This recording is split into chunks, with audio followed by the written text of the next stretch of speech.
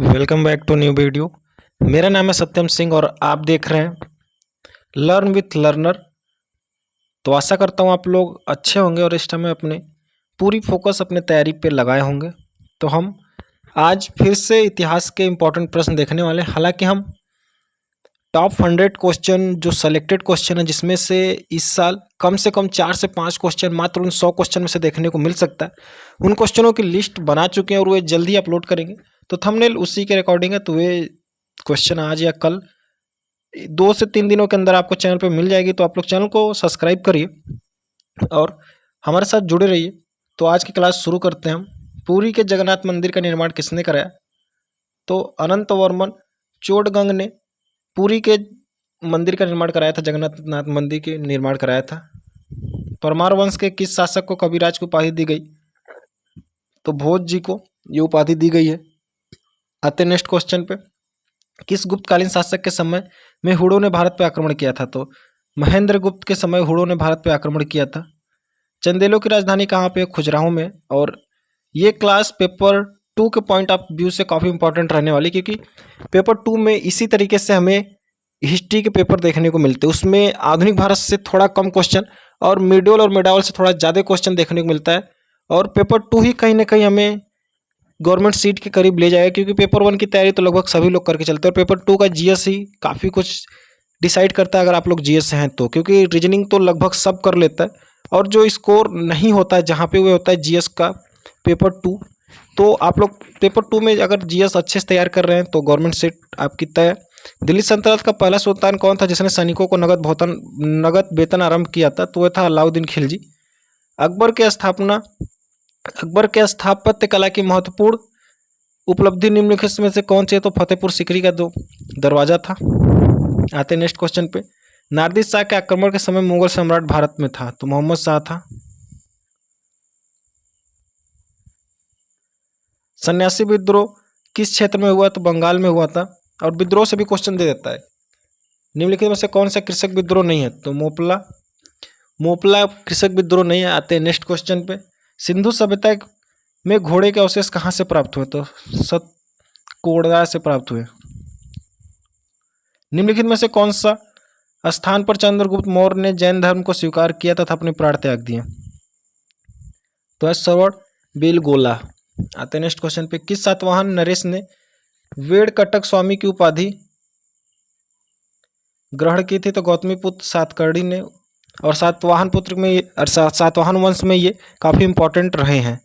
चोल काल में उर सभा और महासभा में किसका स्वरूप लघु गुणात्मक था? तो उर का। किस मंदिर में द्रविड़ चोल कला शैली का उत्कर्ष उदाहरण माना जाता है? तो बृहदेश्वर मंदिर को। चोल शासक किस धर्म के अनुयायी थे? तो चोल शासक शैव धर्म के अनुयायी थे। 1712 में सिंध पर अरबों ने आक्रमण किया तो मोहम्मद बिन कासिम ने आक्रमण किया था और दाहिर का था। 1712 में मोहम्मद बिन कासिम द्वारा सिंध पर किए गए आक्रमण के समय उसे किस स्थानीय समुदाय का सहयोग मिला? तो बुद्धों का सहयोग मिला था।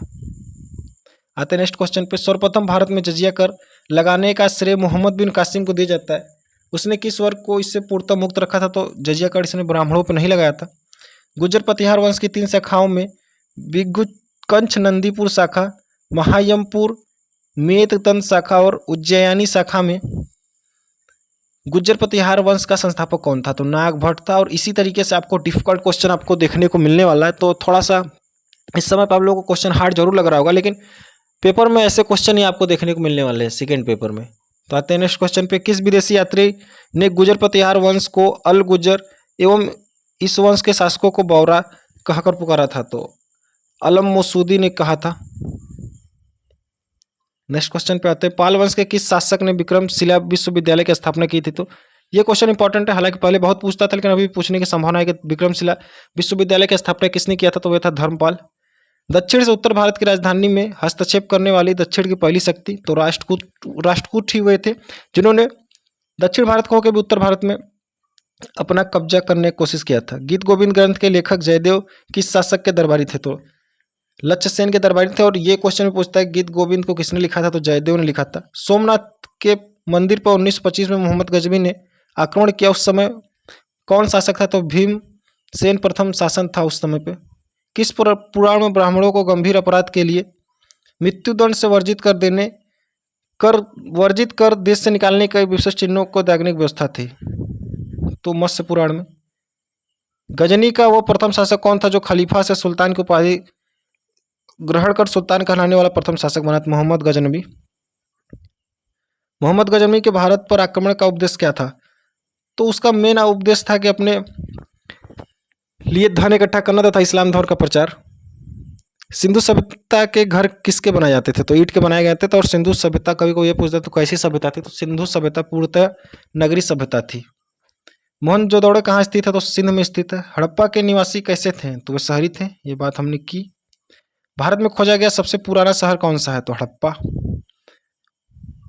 हड़प्पा के मिट्टी के बर्तनों पर सामान्यतः किस रंग का प्रयोग हुआ था? तो लाल रंग के बर्तन मिले थे। कौन सी बुद्ध रचना गीता के समान पवित्र मानी जाती है? तो धम्मपद को गीता के समान ही माना जाता है। चाणक्य का अन्य नाम क्या था? तो विष्णुगुप्त था। इन्होंने अर्थशास्त्र की रचना की थी। चरक और नागार्जुन किसके दरबार के शोभा थे? तो कनिष्क के दरबार में चरक और नागार्जुन थे। भारत में सर्वप्रथम मुद्राएं किसने चलाई? तो इंडो बैक्टीरियन ने चलाई थी।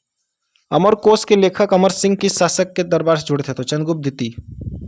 कालिदास द्वारा रचित मालवीगिंटम नाटक कौन था? तो अग्निमित्र था।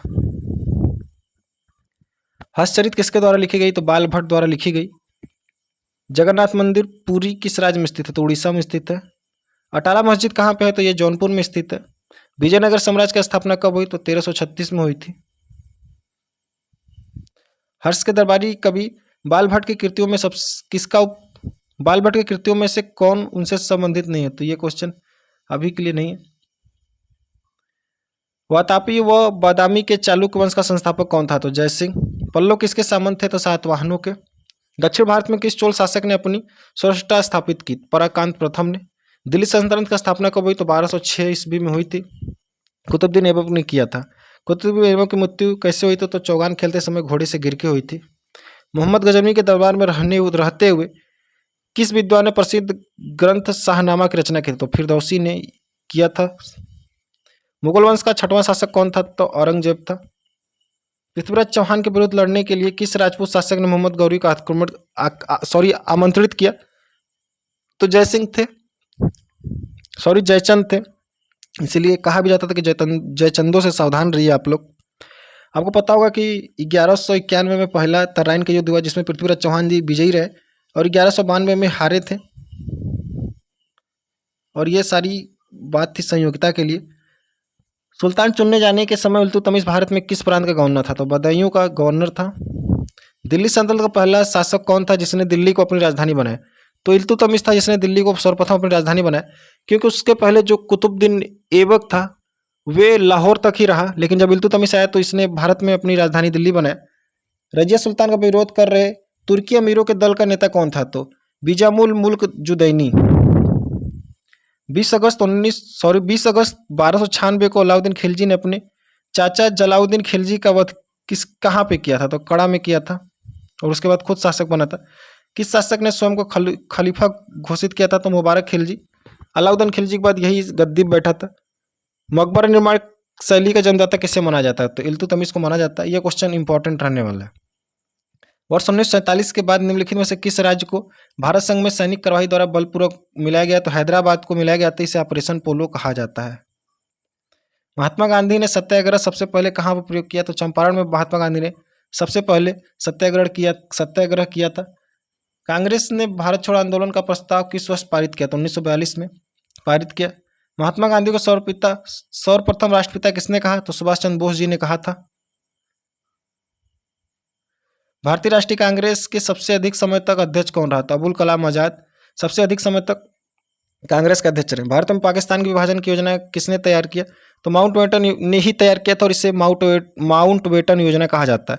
निम्नलिखित में से किसे कायदे आजम कहा जाता था? तो वे था नल्ला जिन्ना। महात्मा गांधी के राजनीतिक गुरु कौन थे? तो गोपाल कृष्ण गोखले महात्मा गांधी के राजनीतिक गुरु थे। सारे जहां से हिंदुस्तान हमारा, इसके रचनाकार कौन है? तो मोहम्मद इकबाल। कौन सी पुस्तक जवाहरलाल नेहरू द्वारा लिखी गई? तो discovery of India. Jawaharlal Nehru ने लिखा है और सत्य के साथ मेरे प्रयोग गांधी ने लिखा है। गांधी जी राष्ट्रीय कांग्रेस के कितने बार अध्यक्ष रहे? तो एक बार रहे। किसने कहा था कि मेरे शरीर पर लगी हर एक चोट ब्रिटिश सम्राट के लिए ताबूत की कील साबित होती तो वे थे दादा भाई लाला लाजपत राय जी थे। व्यक्तिगत सत्याग्रह में विनोबा भावे को प्रथम सत्याग्रही चुना था। दूसरा सत्याग्रही कौन था? तो दूसरे थे पंडित जवाहरलाल नेहरू। और पहले आप लोग को सबको पता होगा विनोबा भावे। चौरी चौरा नाम का प्रसिद्ध स्थल कहाँ पे है? तो वे है गोरखपुर में। तो आज के लिए सिर्फ इतने ही क्वेश्चन, मिलते हैं बाद में, तब तक के लिए जय हिंद।